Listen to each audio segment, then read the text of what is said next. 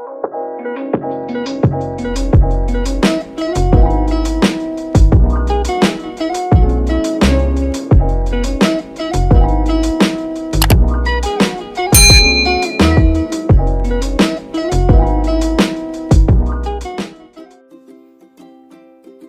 pagi anak-anak, salam jumpa kembali bersama dengan Ibu pada hari ini. Salam sejahtera bagi kita semua.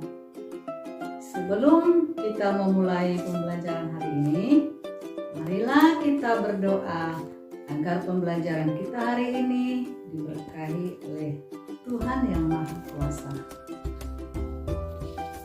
Pada kesempatan ini, Ibu akan menyampaikan pembelajaran kelas 5, tema 3, makanan sehat, subtema 1, bagaimana tubuh mengolah makanan, pembelajaran 3. Tujuan pembelajaran kita hari ini adalah 1. Dengan membaca teks bacaan, siswa dapat menjelaskan proses pencernaan yang berlangsung dalam tubuh. 2. Dengan mengamati lingkungan sekitar, siswa mampu menjelaskan interaksi manusia dengan lingkungan dan mendeskripsikannya dengan keragaman yang ada.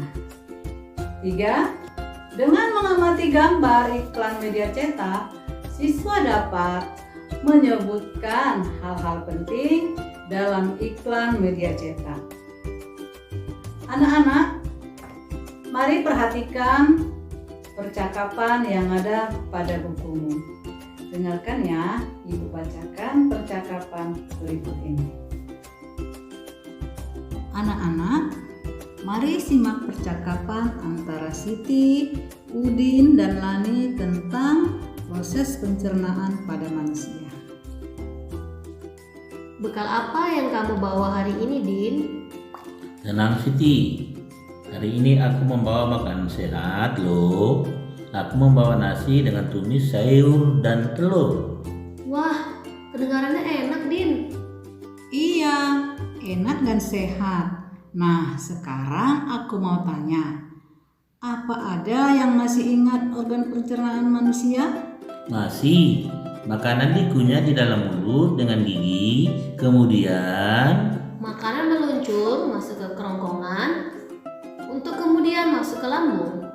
Dari lambung, makanan diubah menjadi bubur makanan yang kemudian diserap oleh apa ya? usus halus. Usus halus akan menyerap semua sari-sari makanan. Selanjutnya, makanan yang tidak dapat dicerna bergerak menuju ke usus besar. Aku lupa. Apa yang terjadi saat makan berada di usus besar ya? Usus besar menyerap air dengan terdapat dalam bubur makanan dan menjadi tempat terjadinya proses pembusukan makanan. Kemudian makanan yang sudah melalui semua proses tersebut masuk ke anus untuk kemudian dibuang.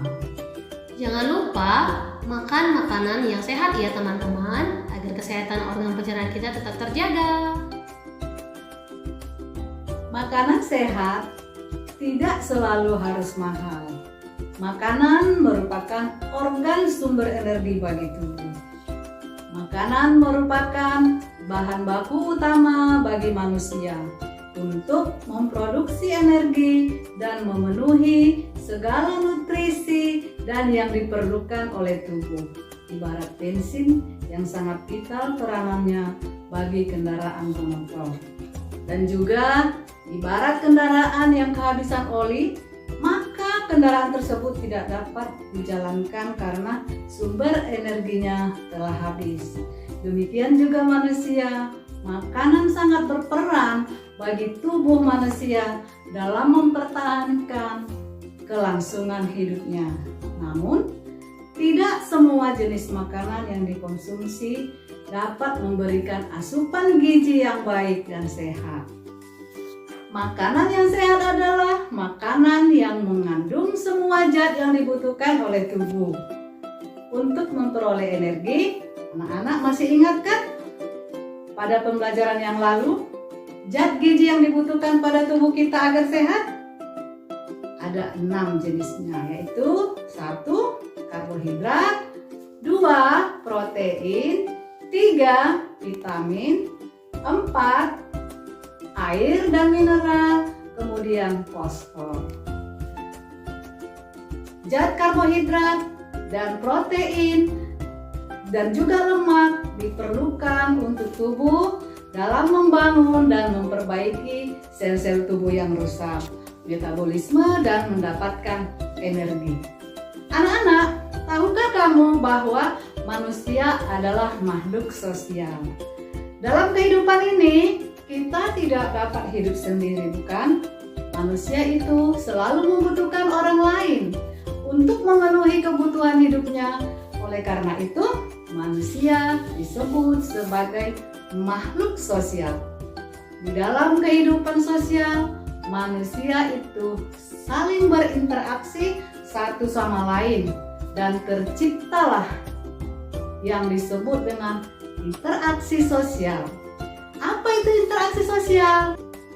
Interaksi sosial adalah hubungan timbal balik antara individu yang satu dengan individu yang lainnya, dan sifatnya saling mempengaruhi. Interaksi sosial dapat terjadi di mana saja kita berada, seperti di rumah, di sekolah, di lingkungan masyarakat, di pasar, di tempat ibadah, dan di mana saja manusia itu berada. Nah, anak-anak, interaksi sosial dapat terjadi akibat adanya kontak sosial dan komunikasi. Kontak sosial itu adalah hubungan seseorang dengan orang lain. Komunikasi antar seseorang dengan yang lain muncul setelah terjadi kontak sosial. Kontak sosial terdiri dari kontak langsung dan kontak tidak langsung. Contohnya, kontak langsung seperti percakapan antara kamu dengan temanmu. Kemudian percakapan antara ibu guru pada saat mengajar siswanya di dalam kelas. Contoh kontak sosial yang tidak langsung yaitu melalui media elektronik atau handphone dan media sosial. Nah, mengapa manusia itu berinteraksi? Ya, tujuannya adalah 1. Menjalin persahabatan, 2. Memperoleh bantuan dari orang lain, 3. Menyelesaikan masalah bersama, 4. Melaksanakan kerjasama yang saling menguntungkan. Kemudian yang kelima, merundingkan sesuatu masalah yang muncul atau yang terjadi dalam tiap-tiap kelompok. Selain berinteraksi antara manusia dengan manusia, manusia juga berinteraksi dengan lingkungan, yaitu interaksi dengan lingkungan. Hidup merupakan interaksi lingkungan yang terbentuk secara alami. Ketika kita pergi bertamasya ke gunung, kemudian ketika kita menangkap ikan di sungai, ketika kita pergi ke rawa, ketika kita bertamasya atau menikmati keindahan pantai, kita berinteraksi kepada pantai, antara manusia dengan pantai. Ketika kita bertamasya juga atau melepaskan rasa penat diri kita menikmati keindahan danau dan laut. Nah, interaksi manusia dengan lingkungan disebut juga interaksi dengan lingkungan hidup. Contohnya, seorang petani untuk mendapatkan hasil, sang petani pun berinteraksi dengan lingkungan sawah. Kemudian, seorang nelayan jika ingin mendapatkan hasil tangkapannya, maka sang nelayan pun berinteraksi dengan lingkungan saat melaut. Nah, interaksi antara manusia dengan lingkungan hidup di sekitarnya terjadi secara alami. Di pasar, manusia berinteraksi antara pembeli dan pedagang. Di sekolah, kamu juga berinteraksi dengan temanmu dan ibu guru. Nah, keberagaman profesi itu juga sangat berguna dalam hidup kita. Seperti kita hendak membeli sayur, ikan, dan yang lainnya. Berarti kita berinteraksi dengan para pedagang, kan? Nah, kita ingin juga membangun sebuah rumah, maka kita berinteraksi dengan tukang bangunan. Kita butuh pergi ke sekolah, maka kita berinteraksi dengan supir angkot maupun Gojek. Ketika kita menikmati santapan lauk pauk, sayur-sayuran, berarti kita berinteraksi dengan para peternak dan para petani sayuran. Nah, anak-anak, kita patut bersyukur dan mensyukuri keberagaman profesi kerja kita, bukan? Karena itu saling menguntungkan antara kita dan seorang yang pekerja yang ada di sekeliling kita, yaitu seperti yang Ibu sebutkan tadi. Anak-anak, ada banyak keberagaman di masyarakat, baik keberagaman sosial maupun budaya. Keberagaman sosial itu, terutama keberagaman sosial budaya di masyarakat, meliputi usia, jenis kelamin, pekerjaan, budaya, dan agama. Contoh keberagaman usia yaitu mulai dari anak-anak, remaja, dewasa, hingga lansia.